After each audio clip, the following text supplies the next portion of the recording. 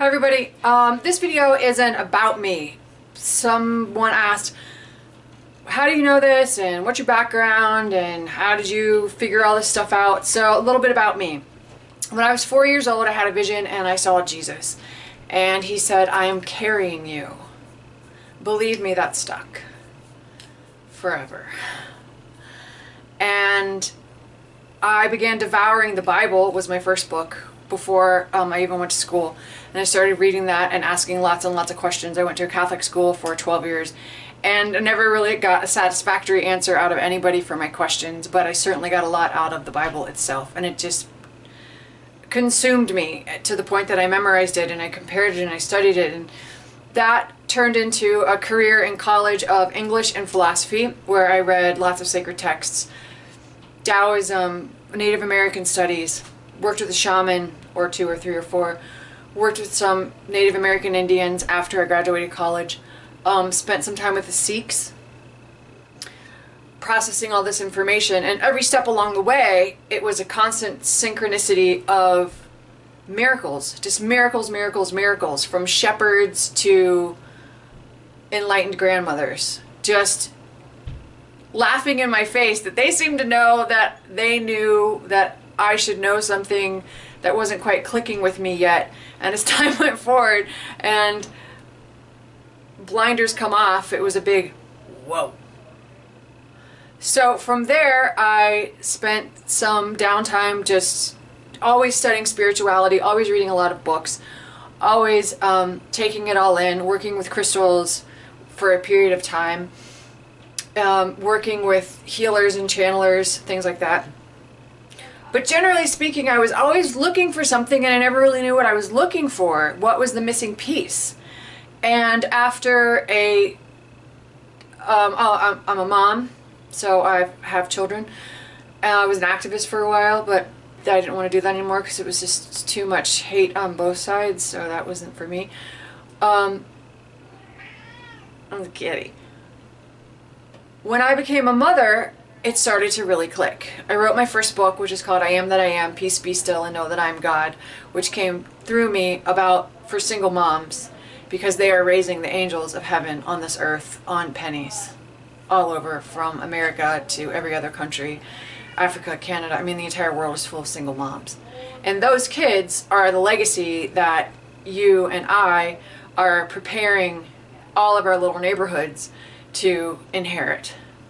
The Native American saying, you didn't inherit the land from your parents, you're borrowing it from your children. So being a parent has really taught me the importance of simplicity. But bigger than that, my spiritual path constantly unfolded with old guides showing up out of nowhere when I was pregnant, instinctively knowing that something was up. 2 kids, 2 dads, 2 court cases, lots of poverty, lots of struggle, lots of public assistance, but always going on faith, always knowing there's something for me here and I'm still not quite getting it. And the music was always playing, the music was always cluing me in, the music was always giving me my next logical step.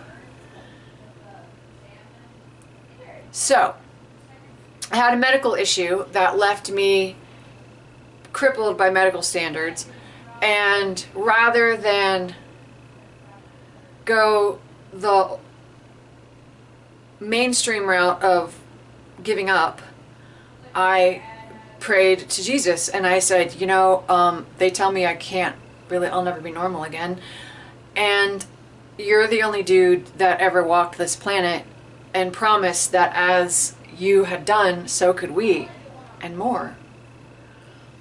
And I believe you, so please come back and please teach me how to heal myself, because you're all I got. And in that moment, he appeared again and taught me the most basic principles that I could give without really going too far into this. But the most important thing that he said to me was, I will call you, because where you are and where I am are pretty far apart. Where you are and where you want to be are really far apart. So quiet your mind and reach for the sound. Reach for the sound. And that sound is grace. and that sound will guide you. It is the sound of pure creation. It is the resonant, synchronous pitch of healing. Took 4 years, but in real time, took no time, right? It was instantaneously there. I just had to realize it. And during that process, all of these other pieces of my puzzle came into play and unraveled and unfolded and revealed and showed and made sense and got fun again. And it showed me how there are no mistakes. Being in need of divine intervention wasn't just me. It was all of us. This game of love is the next logical step in not just my healing and a person's healing, but all of our healing. I have been graciously entrusted with tools to see the light. But since we are all in our own little places on the planet, we have the opportunity here to come together right now over me. Another good song. To come together and see that the world, that creation, that the love that is here is so unconditional that no matter what your occupation, no matter where you live, I live in an apartment. Yay me, you probably live in an apartment too, maybe not. No matter where you live or what you have or by whatever standards, that's so not part of all of this.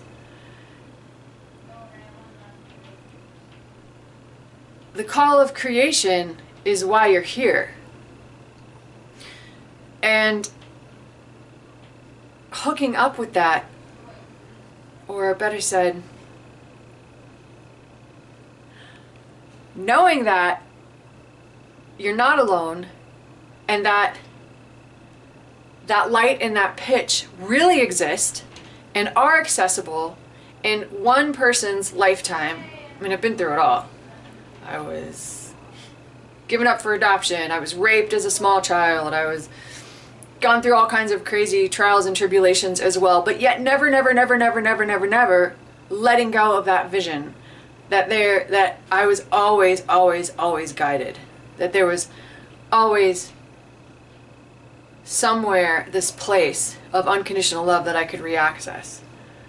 And my gift to you is to reflect that back to you, that if I can do it, you can do it. If I can do it, anybody can do it. You can do anything. You can find it. It's already there. You're it. So that's a little bit about me and my background and how I came to the center of all of this. Teachers I've leaned on, if you want more teachers. Abraham Hicks really teaches the level of fun that we are supposed to be having. And in listening to her, it triggered for me how my life path of how the music works and how we're all supposed to be having fun made more sense, because I was already doing that all the time. I thought it was just me. And then I saw like, oh, it's for all of us. This is so cool. So that is one of them. All of you that I've left messages for, you have been my teachers, great teachers. And at this point, I think I'm getting a little long-winded. So that song of creation is constantly singing to itself in either that one note of grace and spread it out, and it's the song of the spheres. Bring it in, song of the spheres, song of the spheres. Put it in a person's mouth, it stretches out. Why would it stretch out? Why would the light waves slow down? So that you can enjoy them more. Watching that blade of grass grow, watching that flower bloom, being able to be at in a place where you can witness the actual unfolding.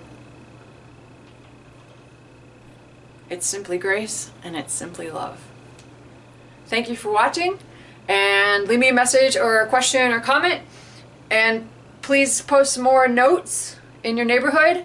Put them up there. Let us know how much fun you're having. Turn on the music, or take a nap, or a long, luxurious bath, or meditate. And a quick addendum to that last one just came to me before I upload it. Vocation.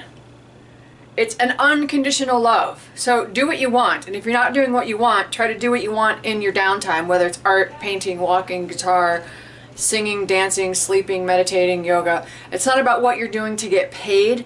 It's about how you're letting yourself enjoy your life. So maybe right now you're doing something to get paid just to survive. Bring your full self there if you can, and then find ways to shift it. Don't mentally get stuck in that. For me personally, I've been a waitress many times. I've worked in grocery stores, I've worked in real estate offices, been a secretary, been a bus driver for a rock and roll tour, a band, a massage therapist, worked in marketing, worked in web design.